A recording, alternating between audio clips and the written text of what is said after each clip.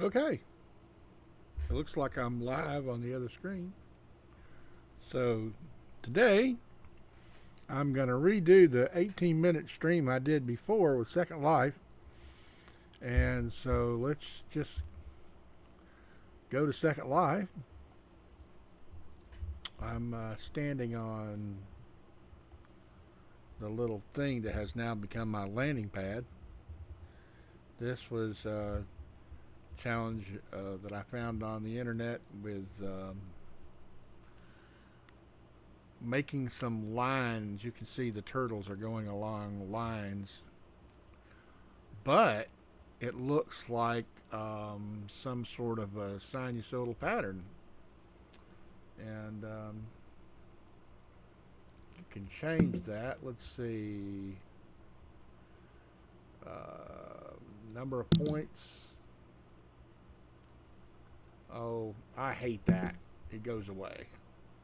Multiplier, multiplier. Yeah, okay.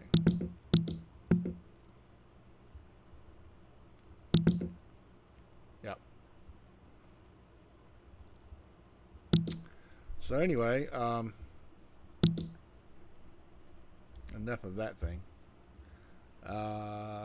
Everybody probably who knows me now knows this poster. This was over 10,000 pixels wide, so I cut it into 64 pieces. You can see there's 8 across and 8 down. The biggest texture you could get in Second Life used to be 1024 by 1024. Now it's 2048 by 2048, but those are pretty hard to use. You can't see them unless you set the maximum resolution in Firestorm to 2048, which most people aren't doing because they don't know about it, so you wouldn't be able to see them. And I could demonstrate that. Uh, I don't know if it's worth it. Let's see. Life 24-bit. This is Conway's Game of Life with 24 dots per SL face. I'm not going to explain that right now. Might later.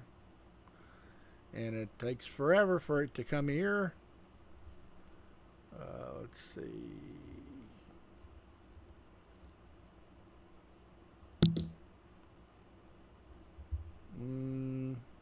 There it goes. You can see it's sort of working. Is it running? No, it stopped. Next gen. Next gen starts making generations. Um, so yeah, it's sort of working. These here are because it's out of cache. If I had loaded the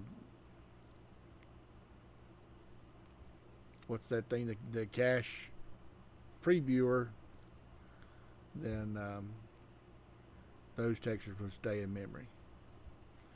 Um, anyway, so I can see these 1024, these 2048 textures. So it made a liar out of me. Okay. We'll get rid of that thing. Normally you have to go here, developer, and then rendering and full res textures. I didn't have to do that for some reason. Anyway, so I had made an extensive walkthrough of the treehouse, and which I've done before, but not while commenting with the microphone turned on. Isn't that great? Let's go to first person, go up the stairs, and here you can see a little platform. You can see the rest of the world, which is not very much stuff. And you go up here to the trap door, and you can, whoops, I fell down the hole. You can open all these windows. They auto close after a little while. There's a nice little room down here. Don't know why. Is that no? Nope, can't open that one. Okay, so up the staircase here, and this is a little hallway. My favorite room's down there, but first the dining room. It's the dining room. There's no cooking ware in here, but you might expect that, huh? Yeah, can't go that way. There's room down here, and there's a little cubby hole up there, which is kind of cool. That wasn't planned, but because the outside of the treehouse has to look a certain way, there it is. And another little room down here, some windows. I kind of like how sometimes the tree shows through.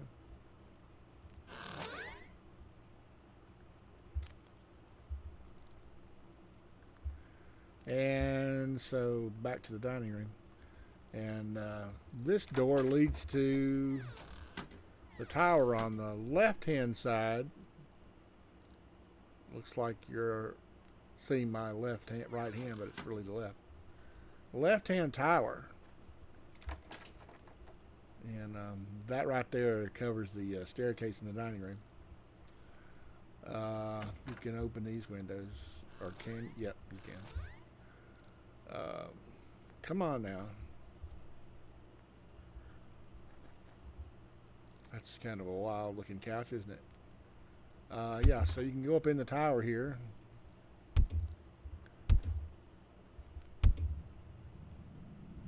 Everybody can fly in Second Life. Isn't that cool?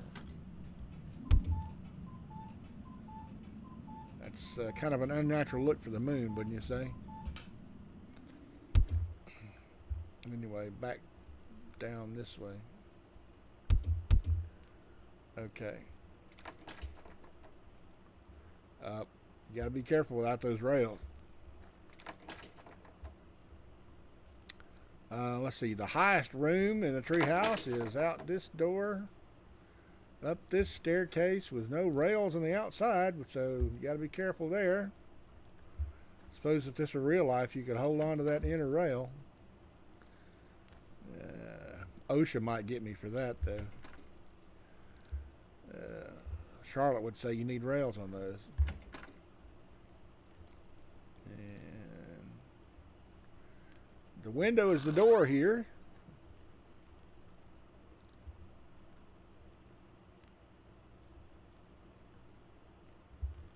Yep. So, as I pointed out last time, you can walk on all of these roofs. And it's fun to play on these, stand here and up, but you could fall off. Could fall off.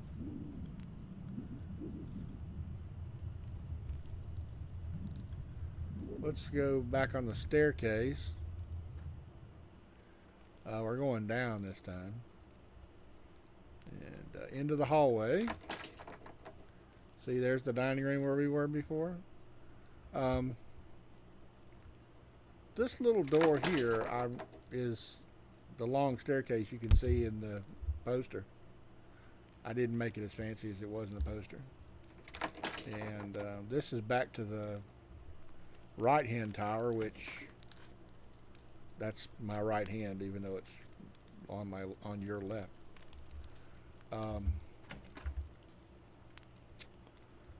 Let's see. Oh yes. If you go up here, this is my favorite room because it's got the stove in it. And I'm going to pull out the coffee pot.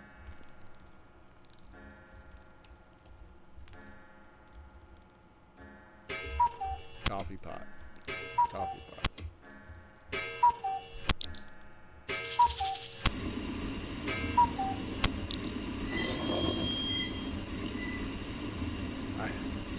should have started this without it boiling. Stop it. My grandmother used to have one of these.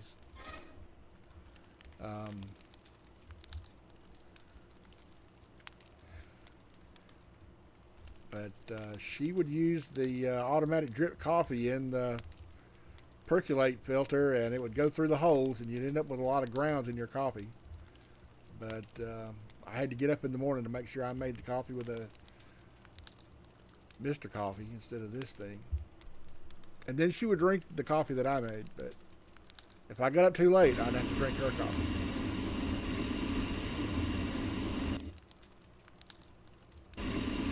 Well,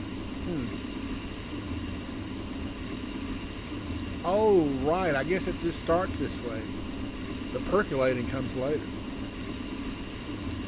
I think it's 30 seconds. We'll come back to that.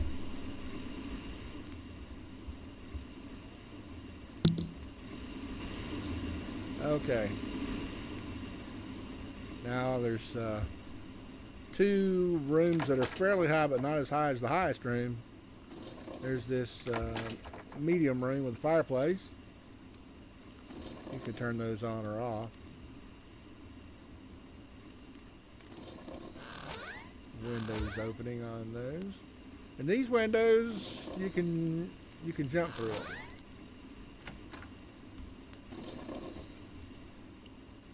Well, I guess I didn't do that one yet. Okay, let's go to the highest room. This is kind of an obstacle course.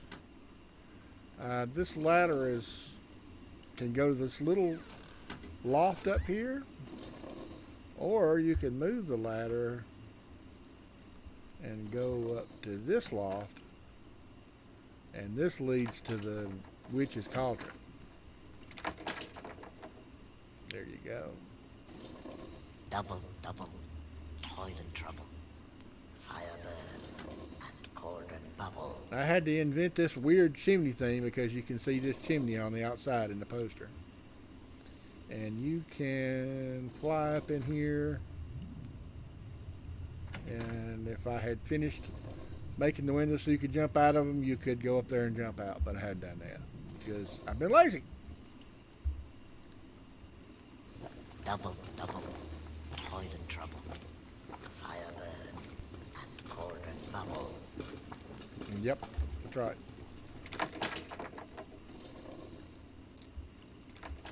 Okay, so how long have we been going here? Seems like OBS would tell me 13 minutes. 13 minutes. Alright, well let's just jump out the door here. And, yeah, this is the Truchet tiles, hexagon Truchet tiles. Truchet tiles are technically square, but there's a hexagon version, so you can see there's a little worm going through there, switching the tile set. Any tile fits. Except for hexagon tiles, you have to have two sets. You have to pick the one that matches. So yeah, it's not exactly like Truchet tiles. With square Truchet tiles, all the tiles fit. Alrighty, here's my Sudoku. Those are the ones that have been played, and these ones not finished. You can start it regenerating. New puzzle. And it'll go through here and it'll randomly solve the puzzle for you. If you really don't want to know these numbers, you can hide them. But see, sometimes it gets stuck and you have to start it over. But a smarter algorithm would fix that. But I'm lazy.